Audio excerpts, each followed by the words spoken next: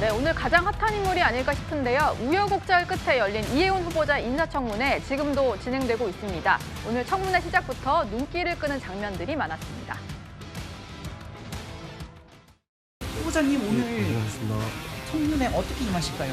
성실히 그리고 국민들께 걱정하고 계시는 부분을 잘 소명하겠습니다. 대통령께서 국민들이 문제의식을 가지는 부분도 있어 보인다 이렇게 말씀하셨는데 모두 다 소명 가능한 상황이라고 보시나요? 예, 충분히 설명드리겠습니다. 인사청문회를 정상적으로 진행하는 것에 대해서 위원장님과 여야 간사님들의 노고에 진심으로 감사드립니다. 그래서 정상적으로 잘 진행하는 3위가 됐으면 좋겠는데요. 앞에 보니까 국민의힘 이렇게 써 있어요. 저렇게 해주시는 거는 좀 떼고서 정상적으로 좀 청문회를 하는 게 필요하지 않은가. 김영진 됐죠? 정인호 의원님 됐죠? 네, 감사합니다. 후보자에게 이거 비방록 한부를 좀 전달하려고 하는데 위원장님 허락해 주시겠습니까?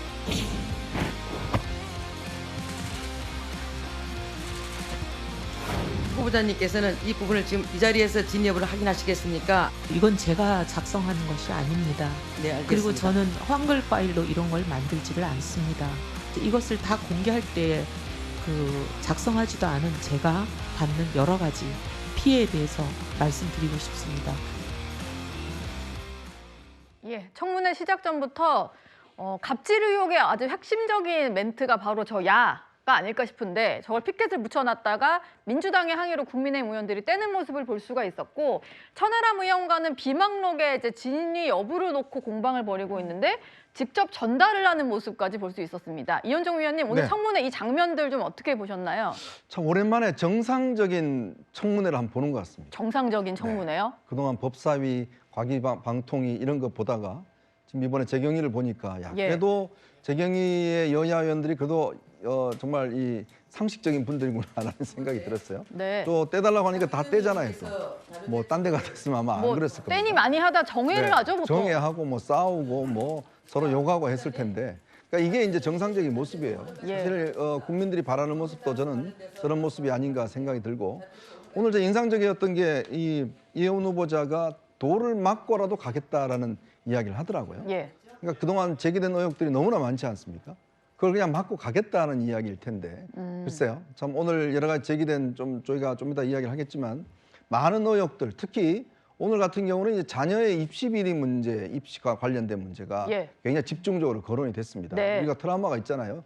조국 전 조국 대표 사태 때 그때도 보면 입시 문제가 꽤 이제 대한민국을 들었다 놨다 하는 거 아니겠습니까? 놀랍습니다. 오늘 나온 걸 내용을 보면 어쨌거나 오늘 밤까지 이제 진행이 될 것 같은데 아마 많은 국민들이 보시고 이제 마음속으로 결정을 하실 것 같습니다. 그러면 대통령도 이야기했지만 대통령도 이게 좀 자기도 조금 뭔가 좀 갸우뚱하는 게 있다라고 이야기를 했지 않습니까?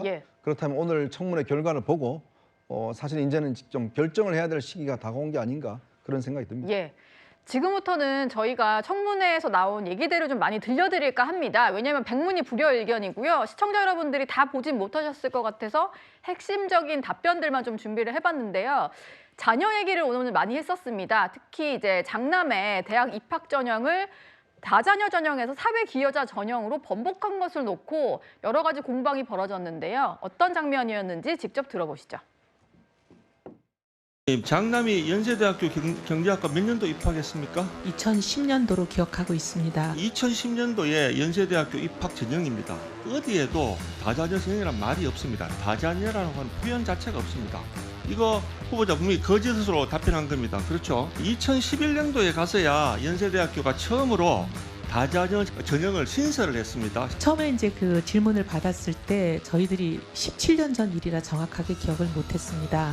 그리고 아들이 셋이다 보니 그중에 누구였는지 기억을 못했고 후보자가 기억하지 못한다라고 했는데 저는 우리나라 대한민국의 어머니들이 자기 자식이 수시 전형으로 대학 입학할 때 어떤 전형으로 입학했는지에 대해서 기억하지 못한다는 거 저는 이거 거짓말로 보고 후보자는 입만 열만 거짓말 하시는데 자 보십시오. 장남은 무슨 전형으로 입학했습니까? 그 설명을 드리면 아니 무슨 전형으로 입학했습니까? 그래서 말씀을 드리고 있습니다, 아니 무슨 의원님. 전형으로 입학했냐니까요? 그래서 지금 말씀드리지 예. 않습니까? 말씀하세요. 예, 그랬는데 그때 당시 이제 장남은 연락이 안 되고, 근데 이제 가족이 그때 아니 장남이 어디 갔는데 연락이 안 돼요? 아니 북부 죽인데 연락이 되겠습니까? 예? 그날을 말씀드리는 겁니다. 자 그만하세요. 자 잠깐만 그만하세요. 그래서 결국 의원님. 무슨 전형으로 입학했대요, 장남이? 그래서 지금 설명드립니다. 아니 장남이 무슨 전형으로 입학했다고 합니까? 그래서 어제 저희가 사실을 답을 하세요. 답을. 예, 말씀드립니다. 무슨 전형으로 입학했어요? 그래서 저희가 사회기여자 아니 전형으로 무슨 전형으로 입학했냐니까요? 지금 말씀드리고 있습니다, 의원님. 사회기여자 전형으로 입학한 건 맞습니까? 네. 네, 총 7번을 최은석 의원이 물어봐서 사회기여자 전형이다 이렇게 답변을 했는데 원래는 다자녀 전형이다고 자료를 제출했다가 어제 번복을 한 겁니다. 근데 이유를 물어봤더니 17년 전 일이라서 차남과 혼동이 있었다 이렇게 답을 했는데요. 장현주 부대변인께 좀 여쭤볼게요. 뭐 아들이 셋이긴 한데 17년 전 일이라고 해서 뭐 큰아들, 작은아들 헷갈릴 수 있을까요?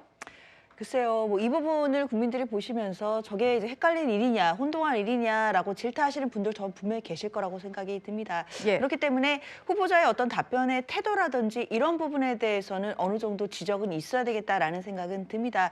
다만 이제 후보자가 이야기하는 것처럼 뭐 17년 전의 일이고 또 이제 아들이 셋이다 보니까 이 부분에 혼동이 있었다라는 부분인데 저는 뭐 굳이 일부러 고의로 거짓으로 답변을 했지는 않았겠다라는 생각도 드는 것이 사실 이 부분이 뭐 다자녀 전형이었는지 사회기여자 전형이었는지 여부는 사실 확인해 보면 금방 드러날 일이거든요. 예. 이것을 뭐 거짓으로 말한다라고 해서 이 자체에 대한 해명이 되는 것도 아닐 뿐더러 어떤 이 질문을 피해 나갈 수도 없는 상황이었기 때문에 제 생각에는 뭐 굳이 고의로 거짓말을 했다라기보다는 뭐 혼동한 것으로 볼 여지는 있을 것으로 보입니다. 예. 그러나 지금 본인이 맡고자 하는 기획예산처 장관 후보자라는 이 중차대한 직함을 또 생각해야 되고 또 뿐만 아니라 또 청문회에 임하는 후보자로서 이런 부분에 있어서 단순히 이제 혼동이 있었다라는 정도로 지금 답변의 태도를 이야기하기에는 좀 부족했던 것 아닌가 하는 안타까움이 있습니다. 예. 그리고 사회기여자 전형이라고 하는데 이게 뭔지 좀 궁금하실 것 같아요. 그러다 보니까 질의가 많이 나왔는데 이게 독립유공자나 국가유공자 또 국위선양자 자녀나 손자녀여야 받을 수 있는 특혜라고 합니다. 그 부분도 질문이 많이 나왔거든요. 한번 들어보시죠. 후보자나 남편의 부모님들은 혹시 독립유공자입니까? 아닙니다. 2010년도에 국위선양자로 입학했습니까? 네, 그렇다고 확인을 자, 했습니다. 집안에 누가 이렇게 국위선양했습니까? 어제 그래서 저희가 학교 측에 확인한 누가 국위선양을 했냐니까요? 것은 누구를 예를 들어서 장남이 연세대학교에 입학하게 되었습니까? 그걸 묻잖아요. 누가 국위선양했습니까? 4명 중에 누굽니까? 6명 중에 누구예요? 자, 양가의 할아버지 할머니 또는 부모님 중에 누가 국위선양했습니까? 하려고 하지 답변을 않습니다. 하시라니까요. 그 답변을 지금 아니, 하고 있습니다, 의원님. 6명 중에 누구예요? 거기에 보면 그 당시에 입학 서류는 존재하지 않는데 원칙이라는 것을 학교가 가지고 있었습니다. 그래서 학교 얘기가 뭐냐면 누구냐고 물어보잖아요. 답변을 명확히 하세요. 답변을. 국위선양자가 하고 있습니다. 누구냐고요? 국위선양자가. 국위선양이라는 것이 아니 훈장을 받은 아니 사람. 위원장님 저 보십시오. 국위선양자가 누구냐고 묻는니 그러니까 국위선양자에 말씀하고 제가 지금 정의를 물어봅니까? 국위선양자가 누구냐고요? 자, 정의 좀 의원님, 하십시오. 의원님. 정리합시다. 조용하시고요. 무궁훈장 등등을 받은 사람의 자녀 또는 손자녀는 그런 게 어디 있습니까? 여기 보세요. 그 장남의 요강이 할아버지가 네. 훈장 받았던 게 우리나라의 국위를 선양했습니까? 거기에 대해서 양심적으로 답변해 보세요. 후보자의 장남의 할아버지가 우리나라의 내무부 장관을 했다. 우리나라의 훈장을 받았다. 이게 우리나라의 국위를 선양했다고 할 수 있습니까?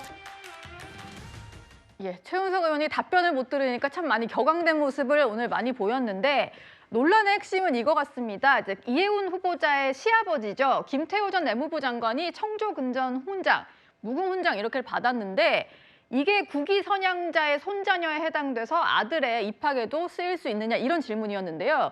구자영 부장님 이건 어떻게 좀 봐야 될까요? 할아버지 훈장도 이제 해당이 되는 겁니까? 그러니까 이제 해석의 문제가 이제 발생할 수밖에 없는 것이요.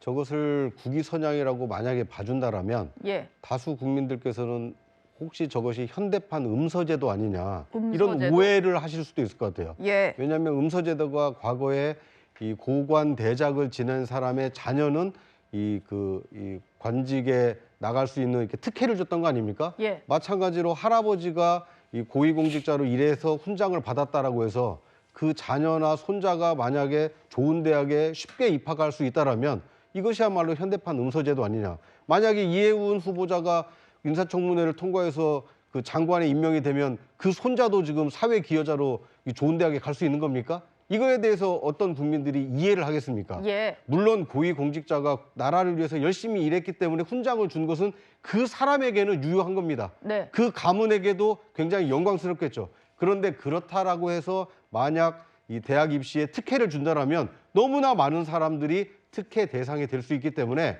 오늘 이해운 후보자의 저 답변이 얼마나 많은 국민들의 공감을 살지는 좀 지켜볼 필요가 있어 보입니다. 예. 근데 이제 문제는 네. 이게 어떤 후기 선양 이것뿐만 아니라 이 장남이 들어갔던 이 연세대 경제학과의 교수가 아버지가 교수로 있어요. 아, 당시에요. 그렇죠. 네. 그리고 또 교무부총장을 했던 사람입니다. 예. 자, 그러니까 이런 조건뿐만 아니라 자기 아버지가 교수로 있는 그 학과에 지금 들어간 거예요. 네. 이런 특혜를 받아서. 예. 그걸 어떻게 설명할 건가요? 그러니까 결국은 옛날에 우리 조국 사태 때도 그런 많은 이야기를 했지 않습니까? 예. 연세대학교 그때 조국 전 장관, 조국 대표 아들이 이제 대학원 들어가는 거 이제 이야기했는데 문제는 그보다 더 심각한 것 같아요. 예. 본인의 지금 남편, 그러니까 본인의 아버지가 교수로 있는 그 학과에 그것도 일반적으로 시험 봐서 그냥 정상적으로 들어간 게 아니라 이런 특례를 받아서 그것도 할아버지가 우리가 국위선양이라 그러면 좀 전에 우리 나왔던 김연아 선수라든지 뭐 이런 선수들이 진짜 해외 나가서 뭔가 금메달 따고 이런 게 국위선양이잖아요. 예. 근데 공직에 오래 계셔서 받았다고 그렇죠. 하는데. 공직에 오래 계서만 우리나라 공직자들 자녀들 전부 다 그럼 여기 대학 들어가야 돼요? 예. 저는 그거 자체가 이거는 용납될 수 없는 거라고 봅니다. 일단 이해운 후보자는 장남의 어떤 성적에 있어서도 뭐 성적도 우수했다 이렇게 해명은 좀 하고 있는 상황입니다. 그리고요 가장 큰 의혹은 아마 이게 아니었을까 싶은데 장남의 위장 미혼으로 부정 청약에 당첨됐다 이런 의혹에 대해서는요 울컥하는 모습도 보였습니다. 그 현장도 보고 오시죠. 저는 이해운 후보자가 충분히 여기서 해명을 해야 된다고 봅니다. 2023년 12월에 그리고 그때 계획은 장남 이제 부부로 될 걸로 알고 신혼집을 마련하는 게 저희 계획이었습니다. 그런데 혼례를 올리고 곧바로 좀 문제가 생겼습니다. 두 사람의 관계가 깨어진 상황이라 최악으로 치달았습니다. 그래서 당시 저희는 그 혼례를 유지하기가 어렵다고 생각했습니다. 며느리랑 장남이랑 사이가 안 좋았던 게 아니고요. 거의 세계 최고의 효부 수준입니다. 시아버지, 시어머니가 대박 로또 청약 받을 수 있도록 결혼도 했는데 주민등록도 안 합치고 혼인신고도 기다려주고 완전 효부 아닙니까? 실은 그 시기에 발병을 했습니다. 발병을 해서 지금까지 치료를 받고 있습니다. 그런 사정이 좀 있었습니다. 아까는 관계가 파경이 됐다고 하지 않으셨던가요? 네, 관계가 파경이 되면서 이 모든 게 이제 정신적인 압박과 스트레스 등등으로 굉장히 최악의 상황으로 치달아서 발병도 하고 지금까지 치료를 받고 있습니다. 어쨌든 1년 5개월 후에 같이 주소지를 합치게 되기 전까지 이제 같이 살기 어려울 정도로 파경이 된 상태셨다. 그래서 주소지가 달랐던 거다 말씀을 하셨던 거죠. 네, 결혼한 아들이 왜 같은 주소지에 있었을까? 결혼한 이제 뭐 와이프와 함께 주소지를 두지 않고 결혼한 이후에도 부모와 함께 있었던 것 때문에 위장 미혼이다 이런 의혹이 불거졌던 건데 후보자가 이렇게 설명했습니다. 결혼식을 올리고 이제 신혼집, 전셋집을 구하긴 했는데 관계가 악화돼서 거의 파경 직전까지 갔었다. 그래서 우리와 함께 살았고 그때 스트레스로 발병이 돼서 지금까지 치료를 받고 있다. 이렇게 설명을 했는데요. 여선웅 부대변인 이 해명 어떻게 들으셨나요?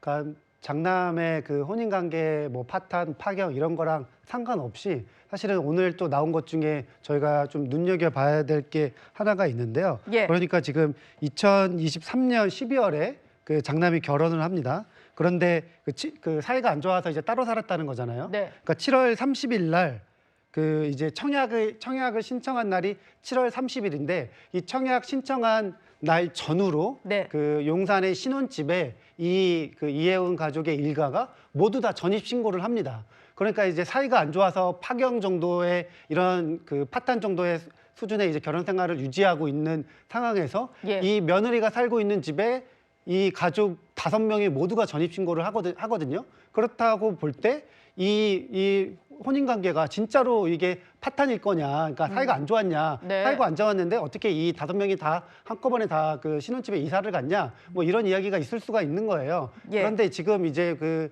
며느리가 이 시점에 맞춰가지고 예. 가족들이 용산 신혼집에 이사를 올 때 본인은 뭐 다른 집으로 또 전입 신고를 갑니다. 그러니까 한마디로 무슨 얘기냐면은 이 그 부동산 아파트, 그러니까 아파트 청약 그 기점을 기준으로 이 며느리와의 그 소통이 굉장히 잘 되고 있는 겁니다. 한마디로. 그러니까 만약에 예를 들어서 사이가 안 좋아가지고 그 신혼집 아파트에 모든 가족이 갔을 때 동거인으로 이 그 와이프, 며느리가 있으면은 이거는 이제 아마도 부정청약으로 대상으로 돼서 의심될 수 있기 때문에 네. 이 며느리가 그 세대주로서 동거인으로 안 되기 위해서 아예 빠져주거든요. 그러니까 지금 그 이혜원 후보자가 이야기하는 사이가 되게 안 좋다. 이런 걸로는 거짓말일 가능성이 굉장히 농후하다. 이렇게 좀 판단할 수밖에 없을 것 같습니다. 해명이 좀 제대로 안 된 것 같다 이런 말씀이신 것 같고요. 오늘 청문회에서도 눈길을 끄는 것은 민주당 의원도 그다지 엄호를 해주는 분위기는 아니었다는 건데요. 아까 이소영 의원 질의하는 표정도 보셨겠습니다만